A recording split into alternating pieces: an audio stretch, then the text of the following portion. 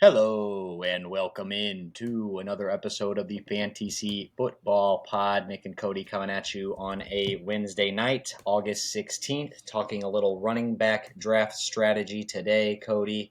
I think this is probably one of our most important episodes. Obviously, the QB and tight end draft strategy episodes are important as well, but the bulkier picks are going to be coming, at the running back and wide receiver slots. So these two episodes upcoming are probably the most actually useful for the clan here. So hopefully we are on our game tonight. How are you? How you feeling this evening? The clan, is that what we when we get big? That's our fan base name, is the FanTC clan. I Yeah, can I I can get gotta behind that. I gotta throw a few names out there. We'll see what sticks. I feel like it's better than just calling them the people, like we kind of have been to Mm-hmm. end every episode. So no, I actually like that. But yeah, I'm pumped. Obviously, with running backs and wide receivers, just going through the notes that we have in our sheet, I think there's a lot of good conversations we can have about some certain guys. But I think, we have a round Mount Rushmore, and then we're going to do basically rounds 1 through 4 in this episode. We'll have rounds 5 through the end of the draft of running backs. Will be coming out the same day, just in a separate episode, and it'll basically be the same thing for the wide receivers the next day. So if you get to the end of this one and you're like, what happened for rounds 5 and on? We're just cutting it up a little bit for you, trying to make it a little bit more digestible. So check your feed; it should be up there as well. But Nick, I know we are both kind of wanting to get these crunched out tonight. Do you want to jump straight Let's into do it. Mount Rushmore? Absolutely. Perfect. You We kick are it doing the off with the Mount. first pick. You get first pick since I had first pick last time. But we are doing Mount Okay. Okay. Fair Rushmore enough. of worst college team names. I think I kept calling it mascots, but basically worst college team names. So we'll get into it. I think Nick and I have the same number one overall pick, so I will let him go ahead and go ahead and take that one. So yeah, I'm gonna go number one. I did kind of combine the two as far as the mascots and the team names. I feel like it's team names first, but then the mascot sort of plays into it, especially with my first pick. My first pick is going to be the Stanford Cardinal. Yeah. Uh, just first off, the name is just a color. It's Cardinal red, which is Stanford's color. They're red and white. Really lame and very uncreative. And then the mascot is a tree. Like, how do you get Cardinal? How do you get a tree from Cardinal? It makes no sense. I mean, I get the redwood, aspect of the mascot, but just be the redwoods. Then it's not a great name, but it's better than Cardinal. I just think that the combination of the mascot not fitting at all and the name being pretty stupid to begin with is makes it an easy first overall pick for Yep, that was the clear 101 for me. I think that the me. Stanford Yeah, tree has to be the stupidest mascot out there. I guess that is kind of going it's mascot, horrible. but that one has to be on the board. It is terrible. So, yeah, that was the clear 101 for me. So I get my first and second pick here on the turn, or I guess we're all on the turn. But I'm going to go with my first one. I'm going to go with the Syracuse Orange. Another good Again, one. just a color, so kind of going off the same thing as Stanford, but they also go a little bit further and just have a giant orange as their mascot, which has to be the least intimidating mascot in the entire world. So I thought that one was kind of funny. So I'm going to take the Syracuse Orange as a terrible team name slash mascot. And then I'm actually going to jump down a couple because there's a couple that I have on here that I think are just bad names. But this one I want to make sure I get on my team, and that is the University of California, Santa Cruz. They are the Slugs. That is their team name, That and was on my mascot is just a board. big That old was on my slug. board. Yep, I think that is about as dumb as it gets. So I'm taking the University of California, Santa Cruz Slugs. That's pretty good. I think that is pretty self-explanatory. I mean, I actually appreciate when colleges kind of branch out with their team names. I don't like the fact that they're coming from a college that uses the nickname Tigers. I don't like that there is just so many Tigers, so many Wildcats. I'm okay with getting different, but just going off the board like that just gets into the realm of being silly. And at some point you want your mascot to be intimidating to a degree. So I agree with you. That's pretty ridiculous. I think I'm going to go along the same vein here for my second pick. That's going to be the Scottsdale University Artichokes. I don't really have to Oh, explain this one too far, but I just there are there are I guess more intimidating fruits out there than an artichoke, but I feel like that one is just super forced and was someone trying to be funny and they actually ended up winning the vote on whatever board approved that name. But I think you got to go back to the drawing board with that one. And I'm going to go a little more mainstream with my third pick. That's Ohio State Buckeyes. I hate to be picking on trees, but again, when you really break the name down, it is literally just a tree. That's all the Buckeye is. I don't get naming your college after even a state tree. I just feel like you can get more creative than that, and it doesn't make for much of a mascot. I feel like what's their mascot? Bucky. It's just kind of a guy. So I think there are more creative names out there, and this one, yeah, not my favorite. Yeah.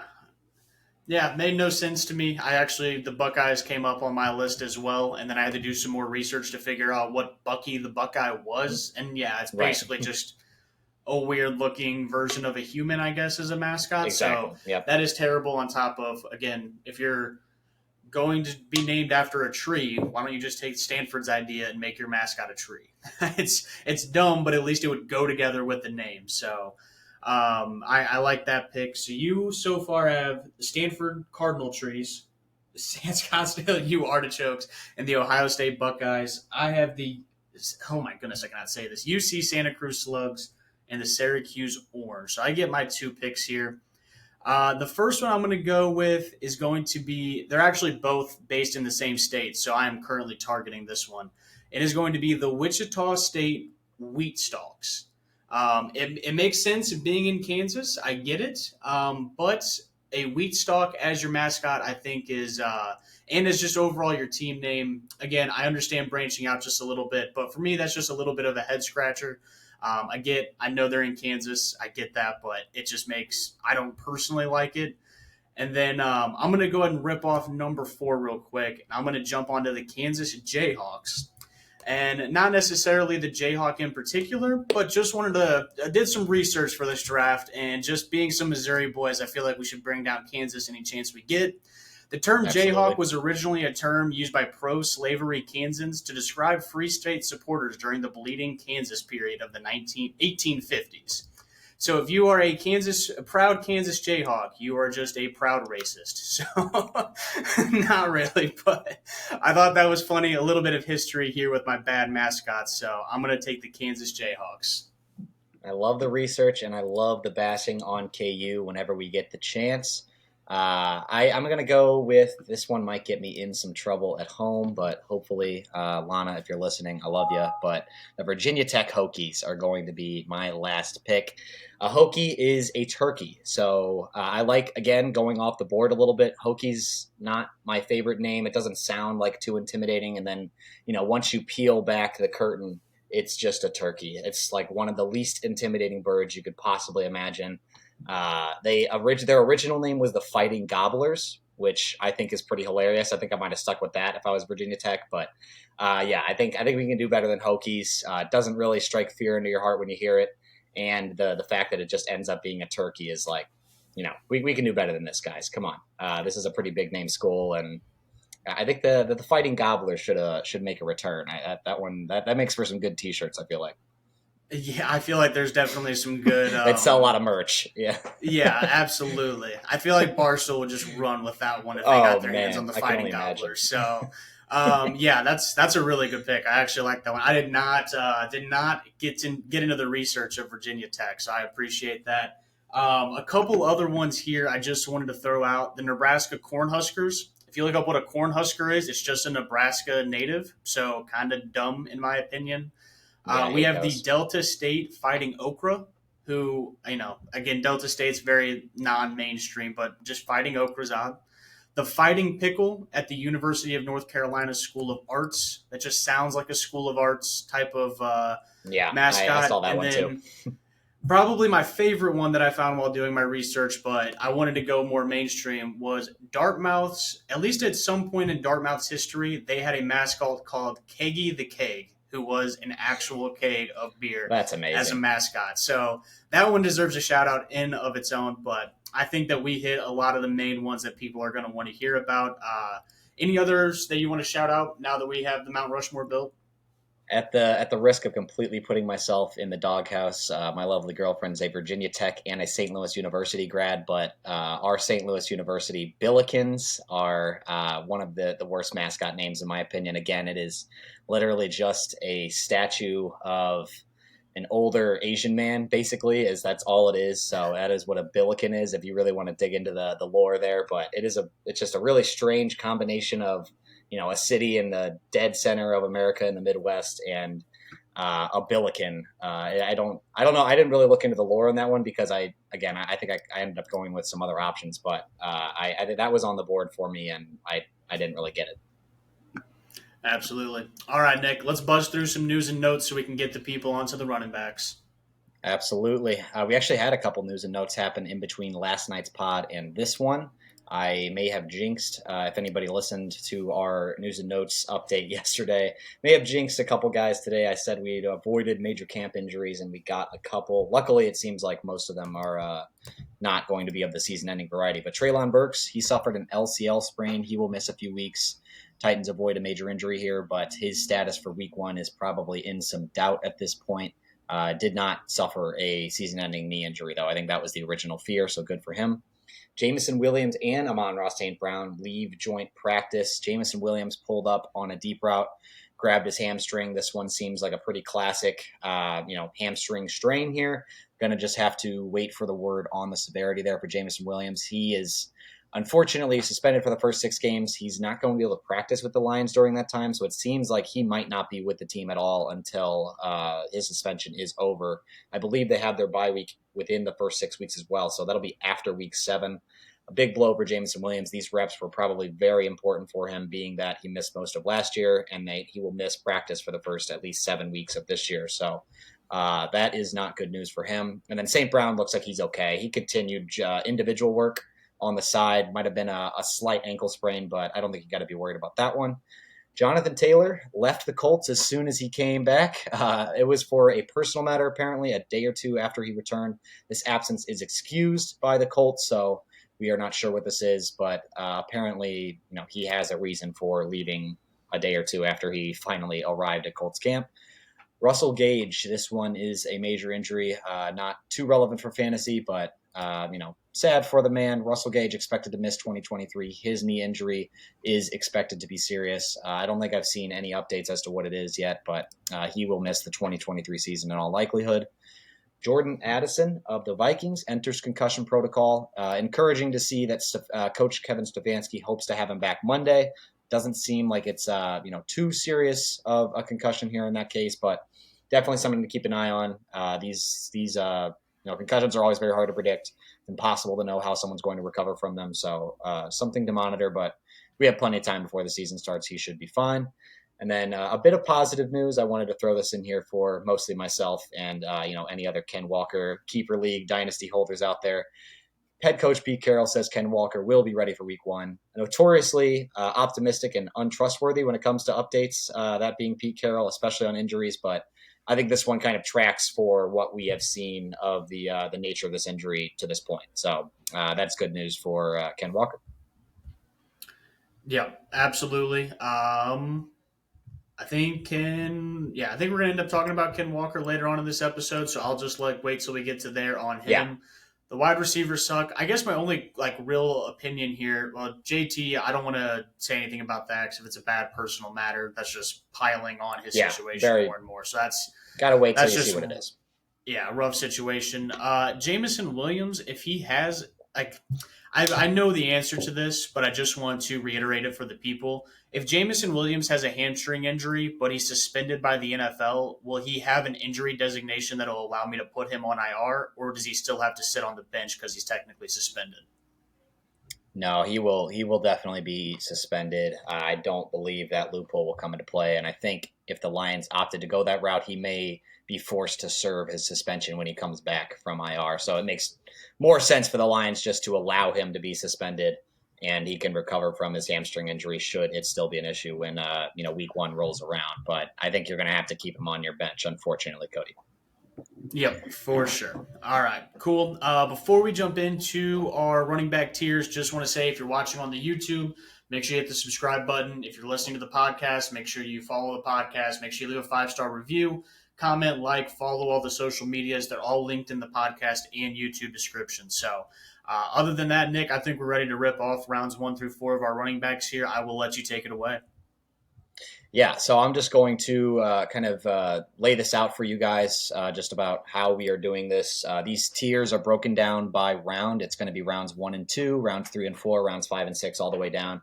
I didn't plan on doing that way when I started. I was just going to kind of group them by ADP, but these tiers are a note taker's dream because they really do break right at each second round, basically. Between round 2 and 3, there's a tier break. Between round 4 and 5, and so on. There are tier breaks all the way down here. So it really works out well to kind of talk about these guys in this way. And I believe, there will be many tiers within each of these tiers we'll talk about, but I think it's just a good way to break these guys down. And again, it's going to be a lot more about draft strategy here in rounds 1 and 2 than it is going to be a show that we're, breaking down each individual player and how we feel about them. So we're going to kind of give you more of an overview of how we are targeting these guys in a general sense, as opposed to, again, a long, meticulous breakdown of each player. So Yeah, I'll go ahead and introduce strategy. Draft strategy is the key point behind these next 2 episodes. We're not going to go in and go player by player as deep as some people out there like. There's plenty of podcasts and plenty of YouTube channels that do that. This is specifically focusing on the draft strategy, how you're going to build your team in different rounds, where you should target wide receivers, where you should target running backs, stuff like that. So, sorry, Nick, didn't mean to interrupt you. Just wanted to reiterate you're all that good. point. I think that's important. I do appreciate you kind of clarifying that point. And yeah, like you said, there are shows that will give you the full breakdowns of each player if you want to go that route. But I feel like this information will be a little bit more directly applicable to your drafts, as opposed to, taking the information you get about Austin Ekeler and then applying it to, okay, do I want to draft him at 5 or at 6 or what have you? So I'm going to introduce the tiers, and then we can kind of break down the guys that we are targeting in rounds 1 and 2 here. So in the first tier of running backs, we have McCaffrey at the top, Ekeler at 2, Bijan at 3, Saquon at 4, Nick Chubb at 5, Tony Pollard at 6, Derrick Henry at 7, Jonathan Taylor at 8. And again, I want to give this disclaimer as well. NFC ADP is what we are using for these tiers. Again, NFC ADP being a site that kind of takes an amalgamation of some sharper drafters, a lot of best ball leagues, and what have you, people that are just spending a little more money on their fantasy leagues. Generally, those people are going to be a bit sharper than your ESPN ADPs and your Yahoo ADPs and what have you. But so let's start right at the top here. I think I kind of want to break this down by the first round guys and the second round guys. So we'll start with McCaffrey, Ekeler, Robinson, and Barkley. Kody, are we comfortable taking McCaffrey at 101, or are you targeting one of the other, one of the wide receivers, Jefferson or Chase, or I guess Kupp is in that conversation as well? Yeah, for me, I'm going to say Kupp is out of that conversation just for right Same now here. until I hear some positive information about him and the Rams. So Agreed. if it's between CMC, Chase, and Jefferson, I mean, for me, it goes down to Chase and CMC and Jefferson right now, just with Joe Burrow's injury. And I'd really love to have the number 2 pick so I could have this decision made for me and I just get to take the next guy. So I think if I'm at the 101, if there's any kind of a lean towards wide receivers, whether that be a 3 wide receiver or maybe even a full PPR draft, I'm probably going Justin Jefferson just about every single time. But I have no problem taking CMC at the number 2 overall spot. My biggest reason, if we were going strictly off of NFC ADP, at the 2-3 turn, you're leaving yourself with Jonathan Taylor and then some other guys we'll get into in the next round that I don't think either of us feel as comfortable with. So I think CMC gives me that strong running back 1. It lets me go heavy wide receiver for rounds 2, 3, and then at that 4 or 5 turn, I can kind of add another guy we'll talk about later. But I like that strategy if I have the early spots. Now, in my mocks that I do on Sleeper, I will say usually one other decent running back does fall to that 2-3 turn. But if I'm not able to bank on that, I will take CMC and just lock down my top running back position.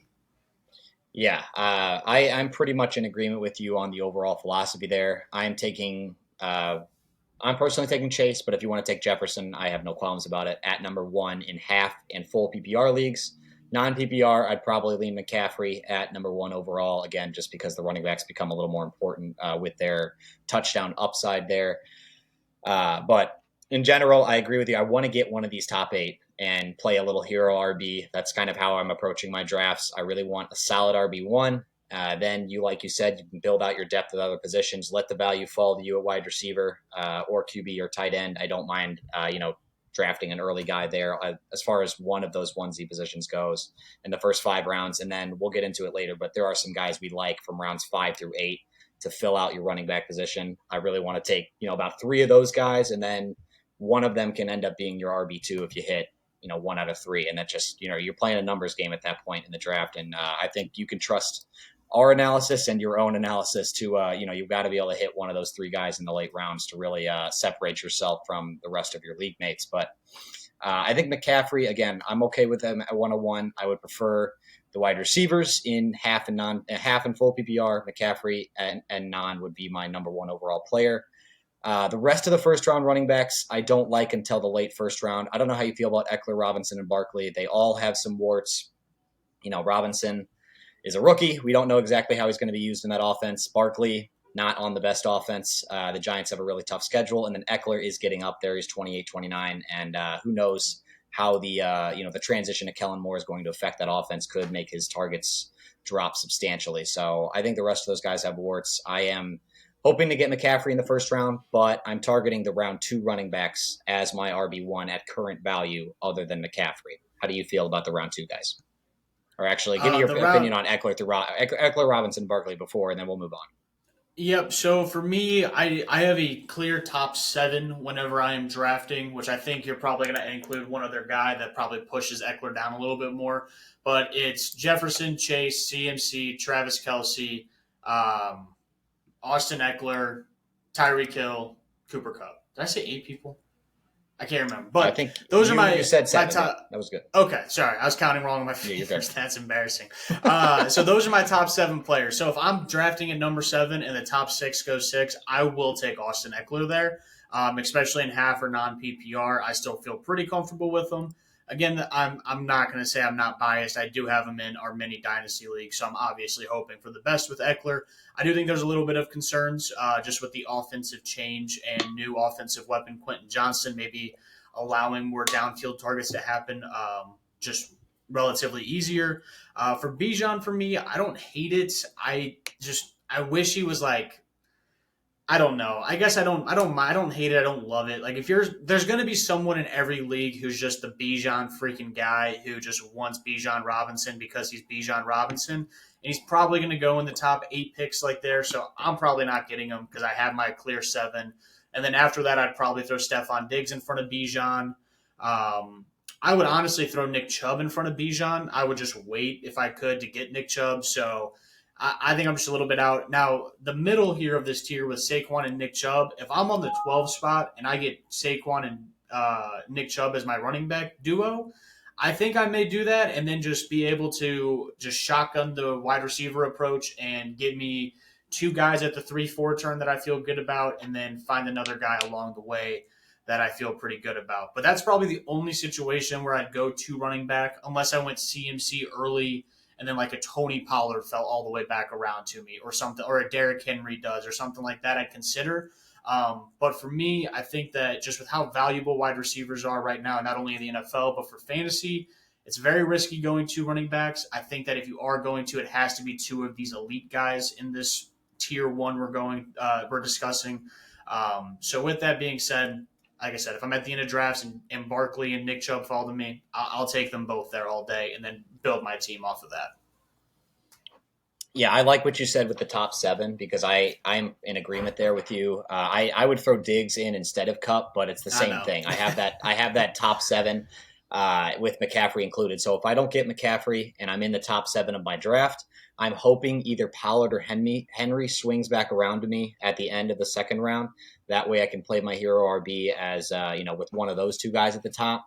Obviously, this is all relative. If the value falls to you, you don't have to force a running back in the first 2 rounds. I'm okay going wide receiver, or tight end wide receiver if Kelce falls to you in the late first.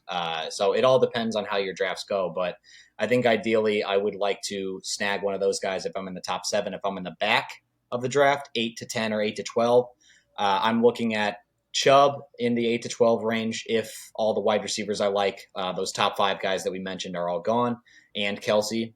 And obviously McCaffrey ahead of him. But if all those guys are gone and Chubb is there and you're at, say, 9 or 10, like you said, I'm totally fine picking him and then scooping up one of the wide receivers there on the back end. Hopefully St. Brown, Lamb, A.J. Brown, all those guys I like in a high second round. If they're all gone and, like you said, maybe everybody else leans into wide receivers. You're in a PPR league and you can grab Chubb and Barkley. I'm cool with that too. But you just got to play the value game in each one of your drafts. I think we are both higher on Nick Chubb than consensus here. Everybody, this ADP has him at 5. I have him at 2 in my rankings, but at 14.5 on ADP, that puts him in the high second. I'm okay with him in the late first. So I'm a little more bullish on him.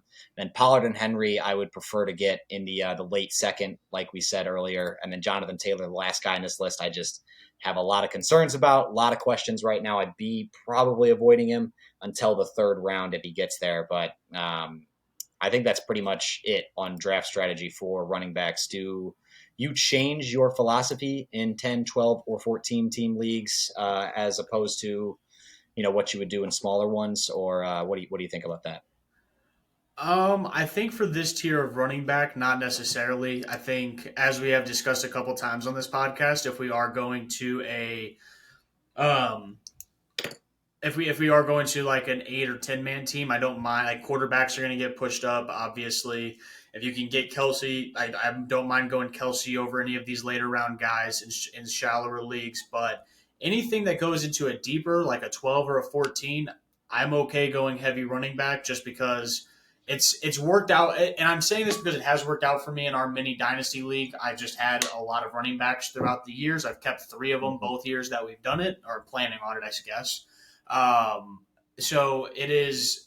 I think just when you have a lot of teams, if you have the running back depth, you just hold a lot of value, and I think that's important. So I think, yeah, if it was a 12 team league, like I said, and we get to the 12 and Saquon and Chubb are both there, I take that every single time because I now don't have to worry about running backs as long as injury isn't a concern, while everyone else is looking at a round 6, round 7, round 9 guy potentially going in their RB2 slot. So I would say that's mine. I didn't have a great answer for that one prepared. Do you have any specific philosophy that you'd go to when changing up the sizes? So I think I'd put it simply as in 10-team leagues, smaller leagues, 8-team leagues, I'm more willing to take the onesie guys up top, maybe even taking a quarterback in the late second round if Hurts, Allen, or Mahomes falls to you. And then Kelsey becomes a lot more intriguing in those leagues as well. 12, 14-team leagues, I am really trying to get a running back or wide receiver in the first 2 rounds.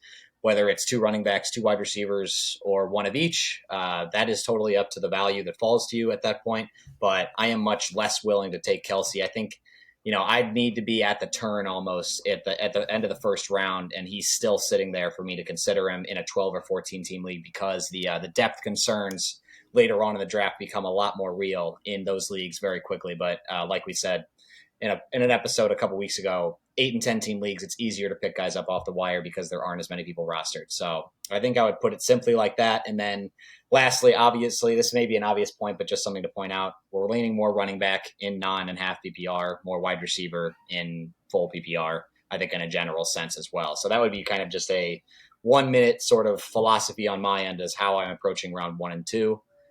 Deeper leagues, hopefully you're getting a running back and wide receiver unless Kelsey falls really far. And then in smaller leagues, he's more in consideration, but it's pretty much just taking the value. Hopefully you get one hero RB. That is the strategy I'm hoping to employ this year. I love it. I think I don't have anything else to add about these running backs. I think we're hitting our time limit on it. So let's jump into 3 and 4. Do you want to take it off? Yeah, I will. This range is where I am leaning more wide receiver, and this is the range that makes me want a hero RB because I don't love these guys at their value at this point.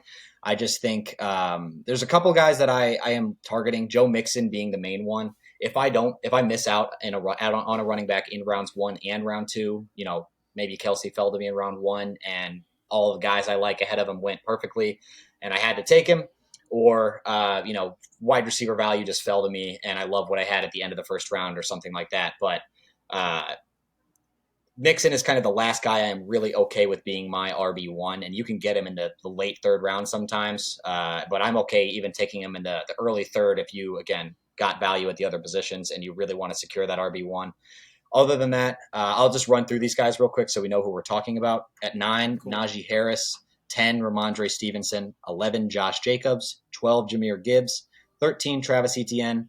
14, Breece Hall. 15 Aaron Jones, 16 Joe Mixon. All of these guys going in round 3 to 4. Obviously, Harris starting at the top is at the beginning of round 3, Joe Mixon at the end of round 4 this ADP. I think you can expect him to be higher than that in most leagues at this point, though. This is including a little bit of earlier August ADP, and I don't know why he shows up so low on these lists, to be honest, but I think he will go higher than that. I don't know if there's anybody in particular that I'm really off of other than Breece Hall in this range. Again, I think he's somebody that will fall farther than he is listed at this ADP, but the rest of the guys I need to fall a half a round or maybe even a full round before I'm really interested in them at value, other than maybe Jahmyr Gibbs in a full PPR. But I just like the wide receivers in this range better. What do you think?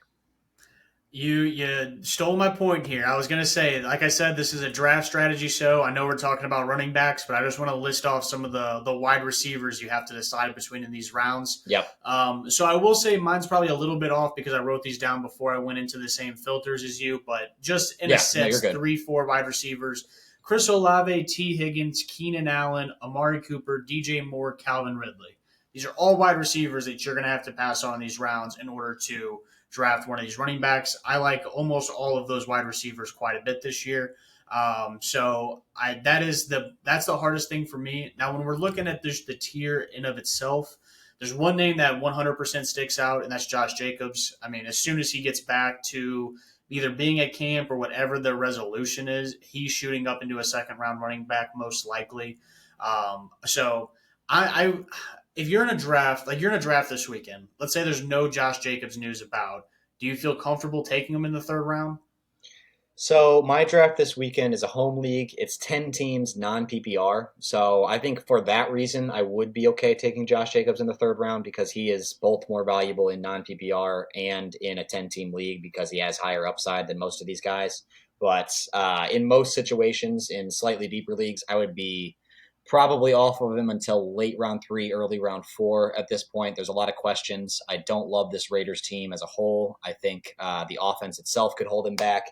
And like you said, there's a lot more question of, the Josh Jacobs playing at all this year is actually a question mark. Whereas, Taylor just doesn't have any leverage. So I think he's going to have to play. And then Barkley obviously worked out his contract situation. But those are the concerns I have for Jacobs specifically.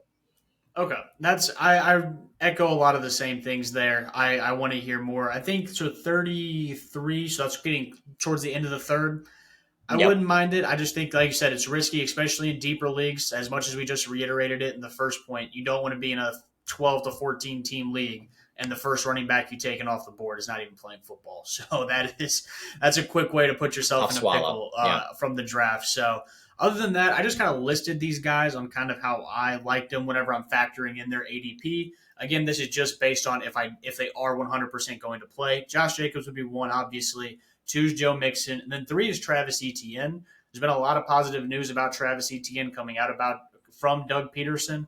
Says he wants him to rush for 1,600 to 1,700 yards. Whether I think that's possible or not, maybe. We'll see. I think he's probably more of a 1,600 to 1,700 total yard kind of guy with both receptions and running the football. But I do think that he's a fine value here going in the early fourth.